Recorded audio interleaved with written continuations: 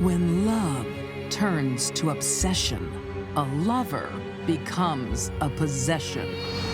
Over here. An aspiring promoter's fatal devotion is captured on camera. It was like the worst horror movie you would ever see, except it was real. A gifted student becomes a next-door nightmare. Her love was turning to hate. He had to get away from her. And a wife I'm not going to Florida. can't say goodbye to her missing husband. I would never have thought in a million years she was that evil. These deadly women have Mr. Right in their sights. He can run, he can hide, but there's no escape from a tainted love. Some women are manipulative. Some women are soulless. Oh my. When they're together in the same body, get out of town. Late at night in 2017, Atlanta, Georgia. A neighbor opens her door to distressed 28-year-old Sierra Hart Oh my God! I need help. and her infant daughter. Oh my! Come in. Sierra's legs are bleeding like crazy. She has 8 to 10 stab wounds, deep stab wounds in her legs. Oh, what happened? What happened? Shaking with fear, Sierra reveals her shocking story. Oh my God, girl, what happened? Raheem, he tried to. Raheem did this? The child's father, Raheem, is dead. I killed him. My God. Just stay there. Sierra claimed self-defense. I had to kill him. I had to shoot him. Sierra even has evidence, because the altercation is recorded on Raheem's phone. 911, what's your emergency? Yes, I need an ambulance. And the police. Hurry! But what it reveals is even more terrifying. It was like the worst horror movie you would ever see, except it was real. 4 years earlier, 24-year-old nightclub promoter Sierra wants to take on the world. We have a saying here that kids like Sierra, they're about that life. Sierra was about that life. That means she doesn't want to follow rules. She wants to live in a world where she can do whatever she wants to do. And she was beautiful. See tonight? Come through. Hey, girl. Oh my. When 24-year-old Raheem Grant walks into her life, she wants him too. Damn, girl. You want to pick that tongue up before you trip on it? When Sierra first saw Raheem, she said to her friend, "That's my next baby daddy." Rising rap star Raheem is impressed with Sierra's savvy, so he gives her a job promoting his gigs. My son, Raheem, was great. He was a trendsetter. Everybody would always call him Pretty Boy. Designer shoes, designer clothes. He would always wear his hair split in the middle, wear it into 2 braids. For the first time in her life, Sierra is a part of something big. Starstruck, she becomes obsessed with Raheem and his world. But it's a one-sided affair. She and him became friends. That's what it was. It was a friend thing. He used to call her, you know, that's my homegirl. She was never a girlfriend, but she wanted to make it seem like she was a girlfriend.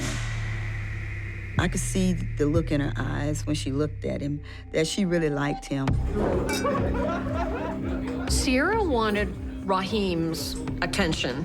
She wanted his lifestyle, and she did whatever she could to keep other women away from him. Driven by determination, Sierra has a plan. Just 2 months after they meet, the pair are bonded for life. whether Raheem likes it or not. So she spiked his drink. She spiked his drink with a drug, which made him drowsy. So they had sex. And after that, Raheem didn't even remember the sex. In her twisted little brain, she figured out, if he could be my baby daddy, maybe I could be his wife. Sierra gives birth to a baby girl and presents DNA proof that Raheem is the father. Hey, Raheem. What? Got something for you. Sierra thought that this baby would lead Raheem to ask her for her hand in marriage. She had these visions of grandeur. I told you. But instead of a marriage proposal, Sierra gets a dose of reality. She deserves better than you. Oh, he was mad. He was mad with her. But look, you love her. This child was born for one purpose and one purpose only. And once Sierra saw that that wasn't working, the child was collateral damage. 3 weeks after giving birth, Sierra walks away and abandons her own child. Keep her. I didn't want a baby anyway. She doesn't want to take care of a baby. She was happy to give the baby to Raheem, who was the father. He had to make a choice to be a good dad or to just be a deadbeat dad, and he chose to be a good father. But Sierra still has some power over Raheem. If he wants full custody of his daughter, Sierra must give the official consent. An unwed father in the state of Georgia has no rights to the child. That's what really got him. Sierra was using this baby as a pawn. So they had to be very delicate with her. They didn't want to upset her and have her pull the baby away. When Sierra loses her job, Raheem decides it's wise to keep her close. Right. Okay. Is that the last of it? Sierra didn't have a place to live. Yeah, So Raheem let her move into the apartment. this could be a fresh start. There was no expectation she was going to stay for a long time or that they were going to be in any kind of relationship. Hey, look, shawty, only reason you're here is because you just lost your job. Sierra has other ideas. Hey, are we clear? She had no plans to let Raheem go. With someone as unstable as Sierra was, there's no such thing as a short visit. It's either long-term or fatal. It's a, whoa, hey. In Atlanta, Georgia, on December 29th, 2017, Raheem Grant relaxes at home with a friend. Raheem's personal trainer came over, a woman. Your ex-girlfriend, she's crazy, huh? She was a friend of his, and she was beautiful. Where they were just going to smoke some weed and then they were just going to hang out on the couch, which is exactly what they did. Hey, shawty, this is Elise. She's my gym buddy. We're more than that. Well, y'all need to keep it down because I'm trying to sleep. Wow. I gotta go, man. I have to go. Raheem's friend leaves, but Sierra doesn't calm down. It enraged her and lit the fire. Man, what's wrong with you? I've told you 100 times, I'm sick and tired of there being women in this house. You understand? Hey, stop. Calm down. It's okay. That's where the argument started. What's wrong? Hey, calm down. It was real and it was chilling to watch. After the argument breaks out, Raheem has a bloody face. And we know that because he recorded it. Yeah, okay. Hey, you see that? Look at that. Look at this. See that? That's what Sierra Hart did to me. And he says, y'all see this? Y'all see what this bitch did to me? This is what Sierra Hart did to me. Look at this. You see that? That's Sierra Hart. Really? Yeah. Really? Yeah. You hear that? You hear that? Suddenly, Sierra confronts Raheem during the recording. She comes up behind him Yeah. Hey! and there's a gunshot. What the? Sierra shoots Raheem in the spine. Paralyzed, he's pinned to the floor. The phone falls to the ground. And suddenly you see Sierra standing above him with a gun, screaming. Realizing the phone is recording, Sierra has to think fast. Screw you! This man, he beat me for 4 years! This man put me in hospital! She sees an opportunity to turn the tables on her victim. How'd you think this was gonna go, Raheem? Huh? She had figured out that, oh, how can I create self-defense? Well, if I have it on video, cursing at Raheem, saying that he had abused her, and this is why I'm shooting him, it doesn't make sense, but in Sierra's twisted mind, it did. Stop! If you kill me, you're going to prison for life! And the whole time Raheem is saying, baby, no, no, no. Don't shoot again. You'll go to prison. Don't do it. Stop, please! You think you can just walk away from me? From me? For the next 13 minutes, Sierra continues to shoot 6 times in total, all caught on camera. What did you think was gonna happen, Raheem? Every time she shot him, she was making a point.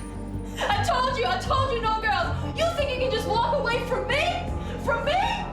I hate you. No one else is gonna have you. Take this.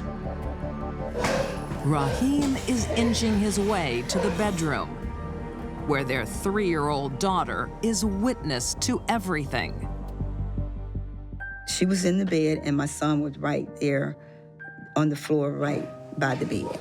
So she could see everything was going on, and I can only imagine him seeing the fear in his daughter's face, and that was his concern. No, I told you once. I just want to help my daughter. Please listen. Before he died, all he wanted to do was to hug his baby girl. And Sierra said, no, you don't get that opportunity. This is it for you. No, please, please, please. It was a straight-up execution. Raheem had been especially dedicated to his daughter. But Sierra robbed them both of everything.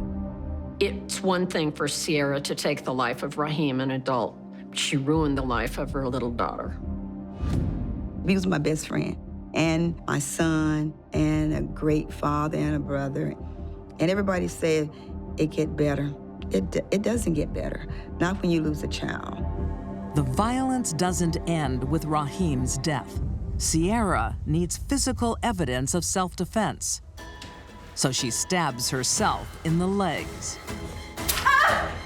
These are huge stab wounds. Huge stab wounds. Something that you could bleed out and die from. I've seen self-inflicted wounds, and they're generally not serious wounds, but that isn't what happened here.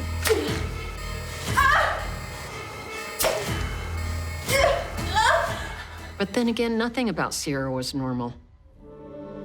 At first, the police believed Sierra's account of self-defense. Can you explain this video? But the video reveals a vital flaw in her story. I don't know what you're talking about. This video. The one where you murder an unarmed man. So then he just hits play. And she's watching. After the first gunshot, it's clear to see. Where are your injuries, Sierra? Her legs aren't stabbed in the video. She stabbed herself afterward.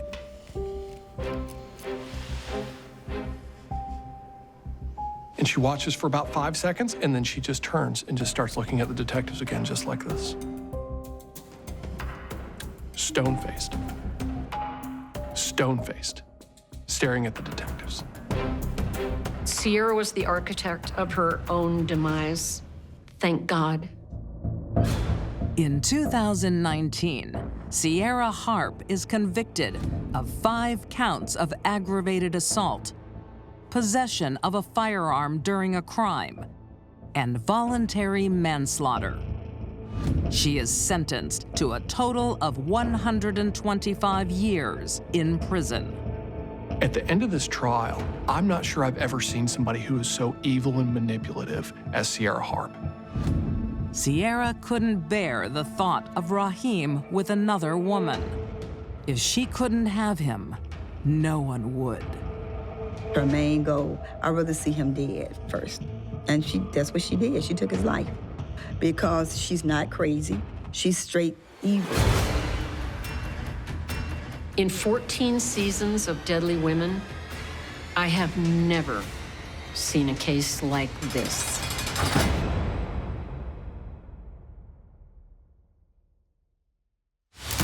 One of the worst cases of obsessive stalking I've seen.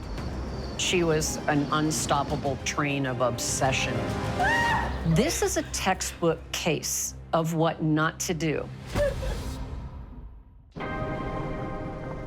1980, in the coastal community of Carlsbad, Southern California. 21-year-old Linda Ricchio arrives on the doorstep of her new boyfriend, Ron Ruse. Linda Ricchio was a smart, vivacious, and very pretty woman. Hey, what's going on? I got thrown out. I've got nowhere to go. Come on in. They both worked at a car dealership, and Ron was a mechanic, and she worked the front desk area. So they met each other, and they began dating. Linda showed up at Ron's apartment with all of her belongings packed in her car. Don't cry. Ron was the type of person that was very welcoming and would have extended a helping hand. Hey, you can stay here till you get back on your feet. They were just dating casually, and the next thing he knows, she's moved in with him. You're a godsend.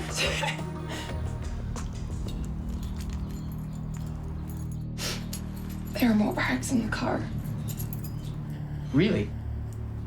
I don't think Linda's mother threw her out at all. I think the whole thing was a manipulation to get into Ron's life. Linda gives up work to study and settles comfortably into domestic life with Ron. Linda was also enrolled at San Diego State and had big dreams of becoming a photojournalist. They were very happy early on. They were getting along. Despite her busy schedule, Linda always makes time for Ron. I didn't know that we were going out. It's just a guy's night. I'm coming. In fact, she rarely lets him out of her sight. Linda was a huge part of Ron's life. She went everywhere with him. Not tonight. You've got to study, and I won't be late. You're going to leave me here alone? Whether it was at the beach surfing or at the bar hanging out with his friends, if Ron was there, Linda was there. Linda, please don't start. What if something bad was to happen to me? This was a pattern that started to emerge with Linda. All right, come. Naturally, Ron started backing away, and that only increased Linda's need to be with him all the time. Ron feels trapped. He quietly makes plans to end the relationship. He had to get away from her. She was suffocating him. I went to your work and you weren't there. He went out and rented an apartment without telling her, and then once that was, squared away, he went back and said, look, I'm moving out. I had things to organize. I'm moving out. It did set her off. It made her angry. She felt like she was owed an explanation. We're moving out? No. Ron was a thoughtful and caring person, and even though he moved out, he continued to pay the rent and the utility bills for the apartment. I'll look after you, but I don't want to be with you. I think all of those things sent a very mixed message. He didn't want to hurt her feelings, but that sent a message to her that maybe he still loved her.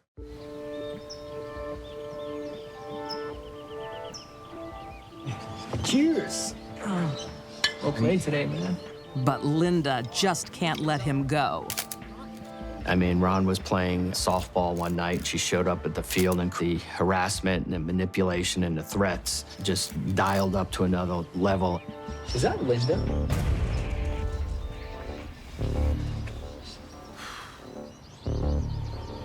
She turns up everywhere, at work, at the beach. Her love was turning to hate. I saw you golfing yesterday. You looked terrible in those shorts. She was following him, and she knew where he was going and what he was doing, and I can only imagine how he felt at that point. Linda, please, just leave me alone. It's okay for you to say. You're not pregnant. She also claims that she's pregnant with Ron's child. Yeah, that's right. I'm pregnant. So see, you can't leave me. You can't leave us. Yeah. You have a responsibility. You have a responsibility to your family. She admitted to her own mother, "Mom, I was never pregnant. I was just testing Ron. I was just throwing it out there to see if he would come back." 6 years. That's 6 years that we had together. You just want to throw it all over. Guess what? You have to. No, you have to take care. No, wait. Come back, Ron. Ron.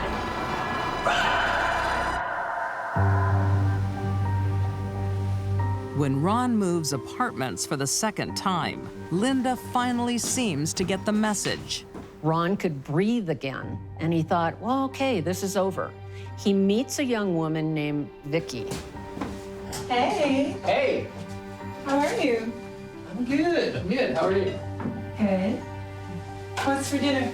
Oh, we got veggies, potatoes, steak. Yum. Yeah? What can I do? This. They were very happy together. They were getting along very well. You know, you make me really happy. Yeah, so do you. You know how much you mean to me, right? Yeah. He really hit it off with Vicky and was thinking that she may be the one. He told his mom he was in love. I should take you back. Yeah, that's right. We are cooking. Yeah. But Linda isn't giving up the love of her life without a fight. Linda wasn't just a stalker, she was an obsessive stalker.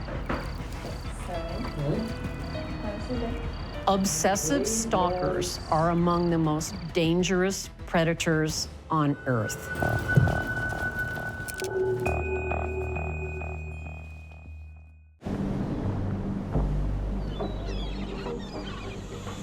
Linda Ricchio has a new target in her sights. Linda started stalking Vicky. No surprise there. It becomes clear that this is a situation out of hand. In October 1987, Ron takes out a restraining order against Linda. By the time he got the restraining order, he had real concerns for his safety and his life. But at the time, stalking isn't treated as a serious crime, especially when the victim is a man. In 1987, it wasn't quite taken seriously that a man would be in danger of his life being stalked by a girlfriend. The judge actually said, you should be flattered, Ron, that this woman wants you. Before Linda can be served with the restraining order, she dumps some of Ron's belongings on his doorstep, along with a message for Vicky. She writes Vicky a letter, essentially saying, there's no way in the world I'm going to let you have my man.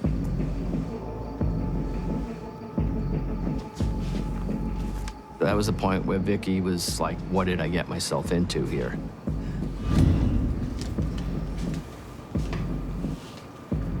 I'm so sorry.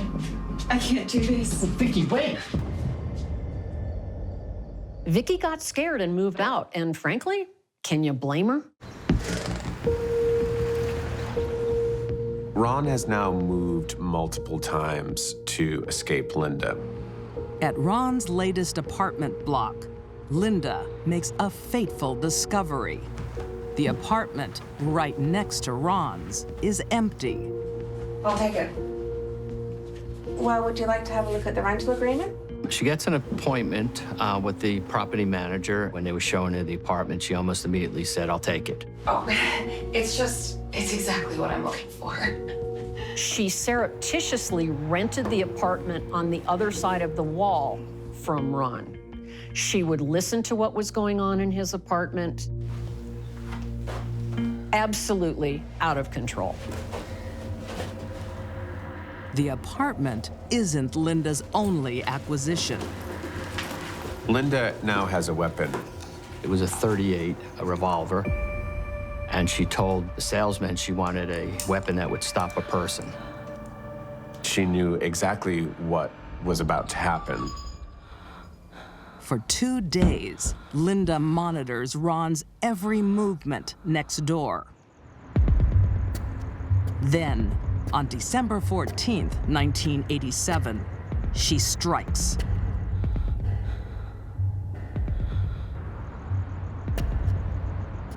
As Ron approached the door to his apartment, Linda stepped out on the landing. And she opens fire. The first bullet hits him in the side. Ron turns around and tries to escape down the stairs. And at that point, he's yelling, "Help." She stands at the top of the stairs, shooting him in the back. He ran to a neighbor's and started banging on the door and yelling. He knows the woman who lives there, Janet. She's a nurse. Bangs on the door. "Janet, help, let me in." Janet! Janet! Shot! Janet opens the door and Ron falls into her apartment, bleeding to death. Linda doesn't know if Ron is alive or dead, and she doesn't wait to find out. She gets in her car and drives from Carlsbad into the city of Oceanside, maybe a couple of miles away. Ron is fatally injured. Ron, take this person down! Person down, Ron! He dies before paramedics arrive. Ron was a good guy. He didn't deserve the manipulation. He didn't deserve the harassment. He certainly didn't deserve to lose his life. So as Ron lays dying in his neighbor's apartment, Linda uses a phone booth to call the police and turn herself in. 911, what's your emergency? I just shot someone in my apartment building. Please send help. Her initial story was that she wanted to commit suicide in front of Ron so he would feel the pain and the guilt and would have to deal with that for the rest of his life. Ma'am, are you armed? No. I shot him.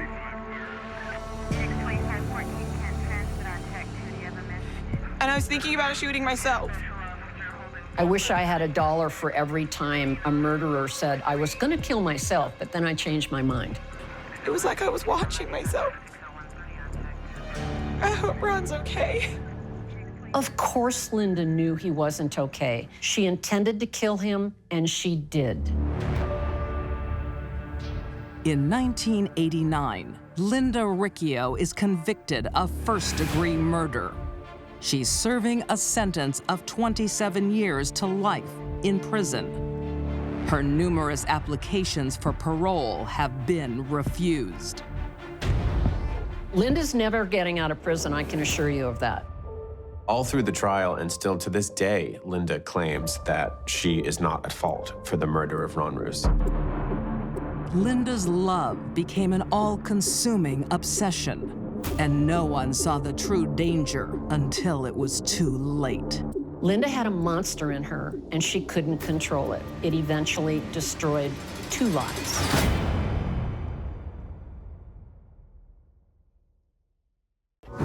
It is a myth that criminals and murderers get caught because they want to.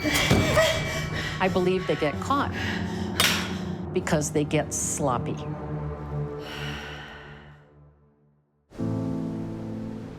On the outskirts of Atlantic City, a love long lost is rediscovered.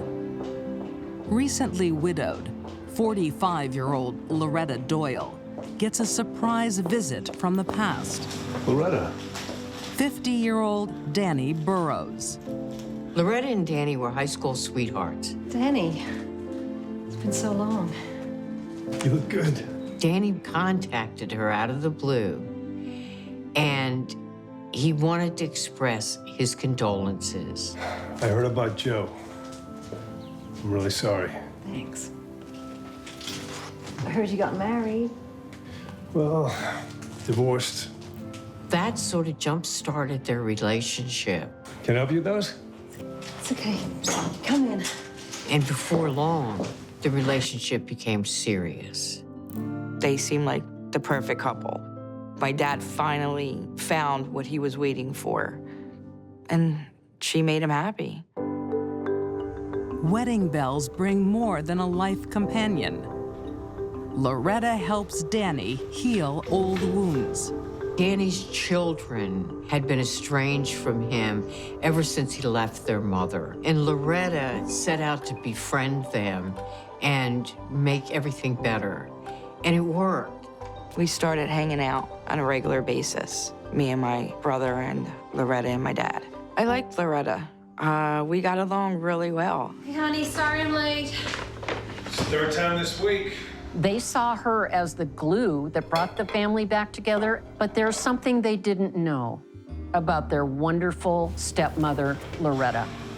Where have you been? Well, Marina called and she needed my help. The truth, Loretta. She was addicted to gambling. You've been gambling again, haven't you? No, I have not. Oh, come on, Loretta. I have a bank statement here, okay? I know what's going on. She was dumping money in Atlantic City like it was water. Why? Danny is aware of Loretta's gambling addiction.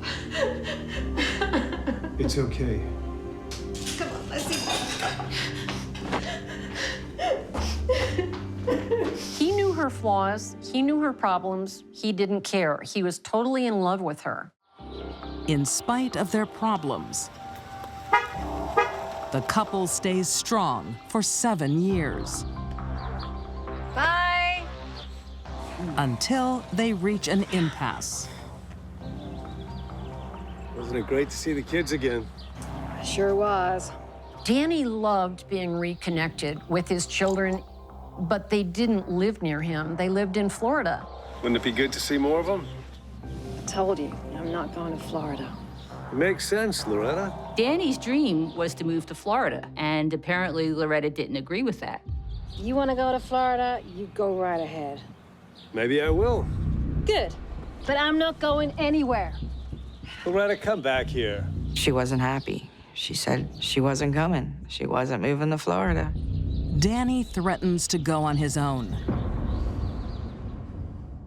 The issue is unresolved when Loretta decides to go on a short road trip with her daughter and grandchildren on August 3rd, 2007.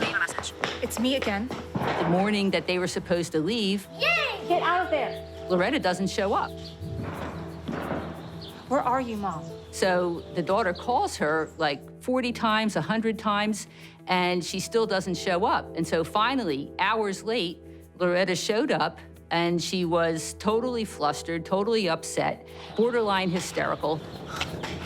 Kids, get in the car. Nanny's here. Finally, Loretta said that she and Danny had had a fight. Danny and I had a fight, that's all. Come on, let's go. Come on. That's why she was late.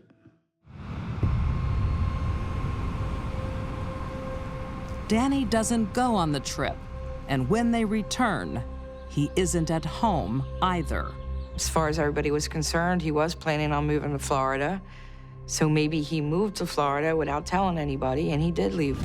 Loretta said that this woman showed up in a yellow Hummer with Florida tags, and Danny ran off to Florida with a younger woman.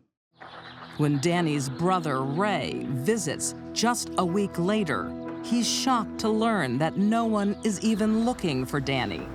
And when he got there, Loretta was in one of the outbuildings, essentially taking inventory of Danny's possessions. What are you doing, Loretta? I'm just making a list of Danny's stuff. You're selling his stuff? He left me with nothing, Ray. She told people she was selling things because she was in dire financial straits because Danny had left her for a younger woman. I reported him missing to the police. To Danny's family, nothing adds up. Ray was traumatized. He absolutely felt in his bones that something was terribly wrong. He's not missing. He's with that other woman. And now I was ready to find out what happened. It appears Danny Burrows has abandoned his wife Loretta and run off with a younger woman to his dream destination of Florida. But it's a story Danny's family never accepts. Danny's family didn't give up, and they were very suspicious. They went to the police, and a missing persons report was opened. But not much was done with it. Dad's 60. He's an adult, and he's free to move about the way he chooses. There really wasn't anything to investigate. The family is convinced that Loretta is somehow involved. When was the last sighting of your brother? August 2nd. Have a look at this. I just knew. I knew she killed my father, and now I was mad. It's Loretta's application for power of attorney, signed by Danny. They caught a real break in the case when they found a power of attorney that was signed by Danny, supposedly before he left. Except Danny's signature looks suspicious. What's next? I believe this is enough to get a warrant. Great.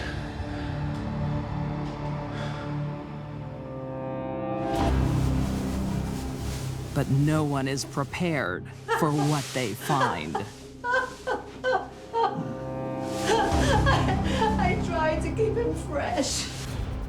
When my mom had called and said that they found my father, and I was like, oh my God, where is he? And she said, in Loretta's closet. Danny never makes it to Florida. Loretta makes sure of that the day before her family road trip.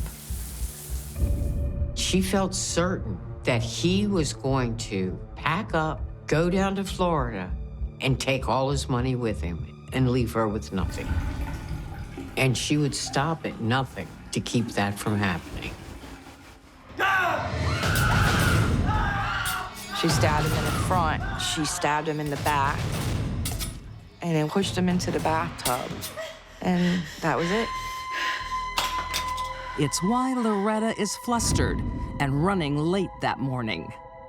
I would never have thought in a million years she was that evil.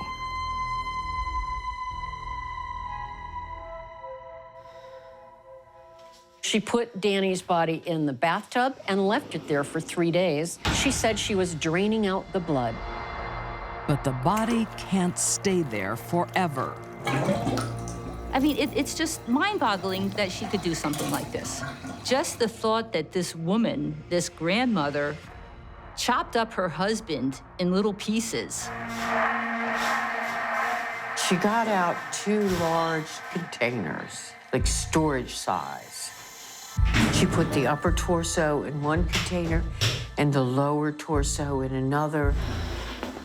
And in a little handbag, she put his head.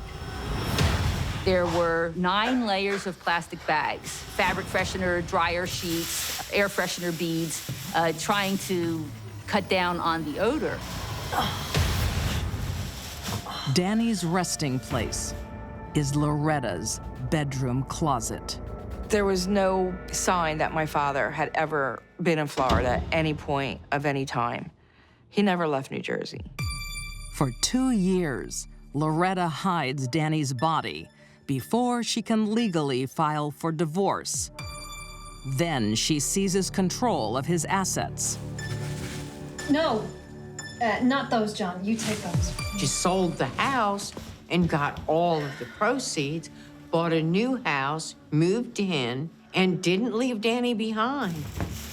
She didn't ask for help with moving those containers. She moved them all by herself.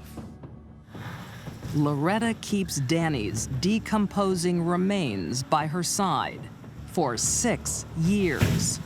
She'd go into the closet sometimes and get out the handbag with the head in it, and she would talk to Danny. Hello, Danny. Guess what? We're moving. I don't know what goes through somebody's mind to do that to somebody that they love. When she was asked why for 6 years did she drag these remains around with her, she said, I couldn't bear to part with Danny. There's something loose in that head. In 2015, Loretta Burroughs is found guilty of first-degree murder for the 2007 death of Daniel Burroughs. She is sentenced to 55 years in prison. I mean, you can't have any empathy to anybody if you can do that to somebody. She has obviously no emotions at all. In the end, the only thing between Loretta and Danny's money was Danny himself. The judge in Loretta's case marveled at the fact that she would commit murder so that she would not have to move to Florida. And then he looked at her and said, you're really not gonna like where you're going now.